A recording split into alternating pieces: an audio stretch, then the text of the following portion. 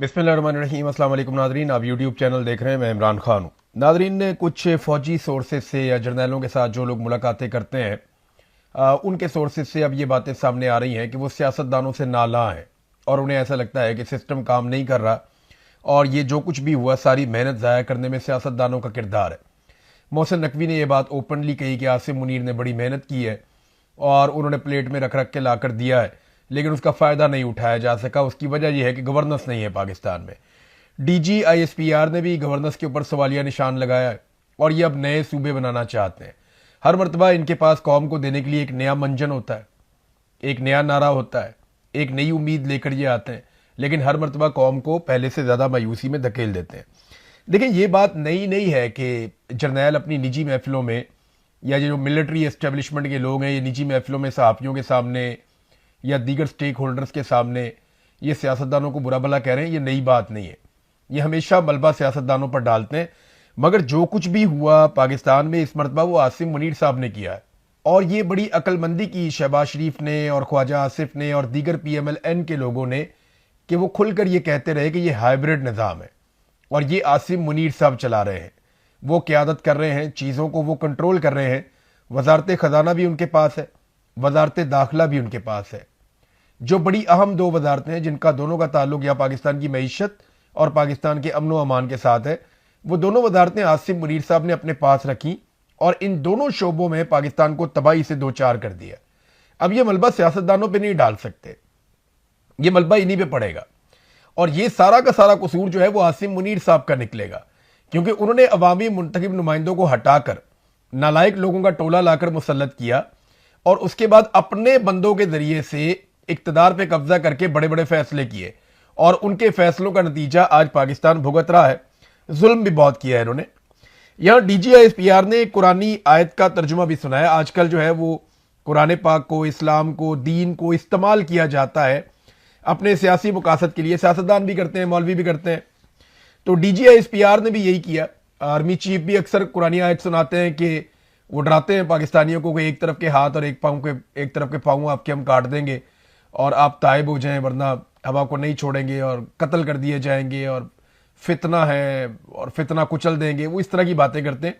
कुरान पाक की वो आयत कभी भी पाकिस्तानी मुसलमानों के लिए नहीं थी, वो फितना और चीज़ होती है। अभी ये एक और सूरह आले इमरान की आयत नंबर 28 के बारे में DGISPR तर्जुमा पढ़ के सुनाते हैं कि ए ईमान वालो, मुसलमानों को छोड़कर काफिरों को दोस्त मत बनाओ, अगर तुम ऐसा करोगे तो तुम मुसलमानों में से नहीं हो। ये DGISPR ने कहा। तो मेरा सवाल यह है कि जो आपने डोनाल्ड ट्रंप को नामजद किया अमन के नोबेल इनाम के लिए, जिन्होंने मेनाब स्कूल में 70 बच्चियों का कत्ल कर दिया, ईरान के अंदर जो है वो हज़ारों लोग शहीद हो गए, आप यमन के अंदर देख लें, आप बाकी जगहों पे देख लें, इराक के अंदर कितने लोग शहीद हुए और कितनी बड़ी एक जंग अफगानिस्तान के अंदर हुई। अगर सारी चीज़ों को आप प्लस और माइनस करें तो डोनाल्ड ट्रंप ने जंगें छेड़ी हैं और काफ़ी कत्लेआम हुआ है उसकी वजह से। डोनाल्ड ट्रंप की ये जो ताज़ा जंग छेड़ी उसकी वजह से पाकिस्तान में बहुत महंगाई भी हुई। पाकिस्तान ने कोशिश की अमन कायम करने की, लेकिन वो नहीं हो पाया। बहरहाल डोनाल्ड ट्रंप के साथ दोस्ती किसने की, वहां लंच पर कौन गया? यानी आप ये कह रहे हैं ना कि ए ईमान वालों, मुसलमानों को छोड़कर काफिरों को दोस्त मत बनाओ, अगर तुम ऐसा करोगे तो तुम मुसलमानों में से नहीं हो। तो फिर आपने नामजद कर दिया अमन के नोबेल इनाम के लिए डोनाल्ड ट्रंप को इस आयत को पढ़ने के बावजूद। क्या आप अपनी नामजदगी वापस ले लेंगे? क्या डोनाल्ड ट्रंप को वो स्टेटस आप वापस दे देंगे या वो टाइटल वापस दे देंगे जो कि फेवरेट फील्ड मार्शल वाला स्टेटस है? या फिर आप बोर्ड ऑफ नेतन्याहू से निकल जाएंगे या उस बोर्ड के अंदर ही आप रहेंगे जिसमें नेतन्याहू भी हैं, आप भी हैं, अमेरिका भी है और बाकी ममालिक भी हैं, आप उस बोर्ड का हिस्सा रहेंगे। अभी उस बोर्ड ने फैसला किया नेतन्याहू के साथ मिलकर डोनाल्ड ट्रंप ने कि अब हमास को मुकम्मल तौर पे गैर मुसल्लह कर दिया जाएगा। हमास की जो शर्त थी गैर मुसल्लह होने के लिए वो बड़ी क्लियर थी और हमास ने कहा था कि जी यहाँ पे इसराइली फौज का मुकम्मल तौर पे इनखला किया जाएगा और इंसानी इमदाद मुकम्मल तौर पे खोल दी जाएगी और उसके अलावा जो शराइत मौजूद थी तामीर नौ वाली, ये सारी चीज़ें पूरी की जाएंगी, तो हम गैर मुसल्लह होने के लिए तैयार हैं। लेकिन डोनाल्ड ट्रंप और नेतन्याहू चाहते हैं कि अब इस मरहले में फौरी तौर पे हमास को गैर मुसल्लह किया जाए और उसके लिए एक फोर्स आप अच्छी तरह जानते हैं कि स्टेबलाइजेशन फोर्स वहां पे पहुंचाई जाएगी।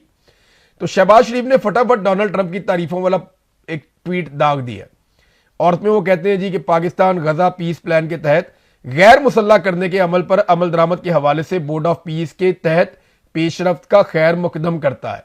फिर आगे डोनाल्ड ट्रंप की तारीफें हैं।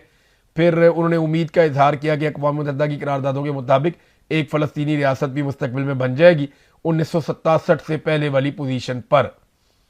तो ये तो एक मुतालबा है या एक ख्वाब है, लेकिन डोनाल्ड ट्रंप ने और नेतन्याहू ने ऐसा कोई वादा नहीं किया और लगातार वो खिलाफ वर्जी कर रहे हैं जंगबंदी के मुआहदे की। 1000 के करीब फ़लस्तीनी शहीद हुए हैं जंगबंदी के बाद से लेकर अब तक, लेकिन इस पर किसी ने आवाज़ नहीं उठाई। लेकिन जैसे ही नेतन्याहू और डोनाल्ड ट्रंप एक चीज़ करते हैं तो शहबाज शरीफ साहब तारीफों के पुल बांध देते हैं, जबकि DGISPR हमें सुनाते हैं सूरह आले इमरान की आयत नंबर 28, जिसमें वो कहते हैं कि ए ईमान वालों, मुसलमानों को छोड़कर काफिरों को दोस्त मत बनाओ। अगर तुम ऐसा करोगे तो तुम मुसलमानों में से नहीं हो। ये जनाब DGISPR फरमा रहे हैं। अब DGISPR ने पाकिस्तानियों को मुल्क से वफादारी याद दिलाई। उन्होंने कहा जी मुल्क का आपको वफादार होना है, आर्टिकल 5 का उन्होंने हवाला दिया। अब पाकिस्तानी एक सवाल उठा रहे हैं लगातार सोशल मीडिया पे, वो ये कह रहे हैं कि आप तो हमें आईन याद दिला रहे हैं कि आर्टिकल 5 के तहत आपने वफादार रहना है, और हर पाकिस्तानी पाकिस्तान का वफादार है। वो वोट भी डालता है, वो टैक्स भी देता है, वो कानून के मुताबिक चलता है और वो कोशिश करता है कि हर गलत चीज़ की निशानदेही भी करे और रियासत के साथ वफादार रहे। लेकिन पाकिस्तान की मिलिट्री एस्टेब्लिशमेंट या मिलिट्री जर्नल्स, क्या वो अपने हलफ से गद्दारी करते हैं या नहीं करते? वो अपने हलफ की खिलाफ वर्जी करते हैं। अभी ये जो प्रेस कॉन्फ्रेंस की DGISPR ने, आप अगर इसको न्यूट्रली देखें तो उन्होंने ऐसी चीज़ों के बारे में बात की या उन चीज़ों में मुदाखलत की जिनमें वो नहीं कर सकते, और सियासी नौयत के उन्होंने स्टेटमेंट दिए जो इंतहाई अफसोसनाक है। ऐसे स्टेटमेंट उनको नहीं देने चाहिए थे। मलिहा लोधी साहिबा ये बड़ी ज़बरदस्त एक्सपर्ट हैं और तज्जियाकार हैं दिफाई नुक्ता नज़र से, और जो है इनकी एक एक्सपर्टी जो है खारजा उमूर में भी है। तो उन्होंने एक स्टेटमेंट दिया कि जब आप मुल्क नहीं चला सकते तो फिर कसूर निज़ाम का करार दे देते हैं। आखिर आप कितने गैर मुखलिस हो सकते हैं?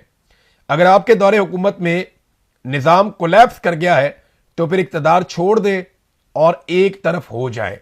ये जनाब मलिहा लोधी साहिबा ने भी कह दिया। बाकी लोग भी इस तरह के स्टेटमेंट दे रहे हैं। जनाब आपको लगता है कि आपने निज़ाम कोलैप्स कर दिया है तो निज़ाम तो आसिम मुनीर साहब चला रहे हैं। तो अगर आसिम मुनीर साहब का निज़ाम कोलैप्स हो गया है तो फिर आपको इक़्तिदार छोड़ देना चाहिए। राणा सनाउल्लाह साहब ने डरते डरते मोहसिन नकवी को जवाब दिया, लेकिन नाम लिए बगैर जवाब दिया। उन्होंने कहा जी जरदारी साहब के बरखुरदार फरमा रहे थे कि सिस्टम खराब है, चल नहीं सकता। तुमने 30 साल का सफर 3.5 साल में तय किया है, तुम्हें अब पता चला कि सिस्टम ठीक नहीं हो सकता। राणा सनाउल्लाह ने मोहसिन नकवी को जवाब देने की कोशिश की है कि जनाब कम से कम चलो कोई इतना तो बोला ना, वरना तो PMLN की घिघी बंद हो गई है। वो तो ये देख रहे हैं कि आसिम मुनीर अगर हमारे खिलाफ हो गए तो हमें इमरान खान से कौन बचाएगा। सिस्टम तो कोलैप्स हो गया, लेकिन सिस्टम का अब्बा तो जेल में है। इमरान खान ने इस पूरे सिस्टम को तिगनी का नाच नचाया, और मैं आपको पहले बता रहा था 2020 में मैंने कहा था कि ये इमरान खान को अगर फौज निकालेगी ना तो वो हैप्पी बर्थडे टू यू नहीं कहेगा, वो इनको तिगनी का नाच नचाएगा। वो नवाज शरीफ की तरह पूछेगा नहीं कि मुझे क्यों निकाला, वो इनको बताएगा कि मुझे क्यों निकाला, और इमरान खान ने इनको वहीं लाकर खड़ा कर दिया। एक तो इन्होंने खुदकुशी की, हालात को इस नहज तक ले आए, और दूसरी जानिब लगातार कश्मीर में हालात इनके हाथ से निकल रहे हैं। कश्मीर की सूरत हाल मैं आपको बता देता हूं। सबसे पहले तो एक मुराद सईद का स्टेटमेंट है, वो भी आप सुन लें। मुराद सईद ने भी जवाब दिया है DGISPR को। जवाब तो बड़ा तफसीली है, लेकिन मुख्तसर मैं आपको बताता हूं लुब्बे लुबाब क्या है जो मुराद सईद ने कहा। उन्होंने कहा DGISPR ने आज पाकिस्तानियों की शहादतों का जिक्र किया। कितनी बेशर्मी से शहादतों का जिक्र करते हुए कहा कि हमारी कारकर्दगी अच्छी हो गई है, क्योंकि पिछले साल हमारे एक शहीद के बदले 2 दहशतगर्द मरे, इस साल एक शहीद के बदले हमने 2.5 दहशतगर्द मारे। लेकिन यह भी बताया ना कि आपके अपने कितने शहीद हो गए। और दहशतगर्दी में मुतासरा ममालिक में पाकिस्तान सफ़े अव्वल में सबसे अगली सफ में आकर खड़ा हो गया पूरी दुनिया में। मैंने अपनी किताब में लिखा कि कैसे इन दहशतगर्दों को वापस लाने के लिए दलाइल दिए जा रहे थे, लेकिन इमरान खान का जवाब था एब्सोल्युटली नॉट। फिर इमरान खान की हुकूमत गिराकर PDM को लाया गया, उन्होंने कोई एतराज़ ना किया, और अगस्त के पहले हफ्ते ही दहशतगर्दों की वापसी शुरू हो गई। मैं चीख चीख कर बता रहा था कि यह गलत हो रहा है, हमें दोबारा दहशतगर्दी की आग में झोंका जा रहा है। لیکن آپ D G I S P R کے اکاؤنٹ کی پریس کانفرنسز سن لیں، یہ کہتے جھوٹ بول رہا ہے، پروپیگنڈا کر رہا ہے۔ بارڈر پر باڑ لگے ہوئے ہیں اور اس کے باوجود دہشت گرد واپس کیسے آ گئے؟ چوکیاں خالی کیوں کروائی گئیں؟ جو دہشت گرد قیادت کر رہے ہیں وہ فوج کی تحویل میں تھے۔ مراد سعید نے بہت سارے سوالات اٹھا دیے اور پاکستانیوں کو کہا کہ وہ بھی سوال اٹھائیں، تو یہ وہ چیزیں ہیں جن کا جواب یہ تو دیتے ہی نہیں ہے نا جواب۔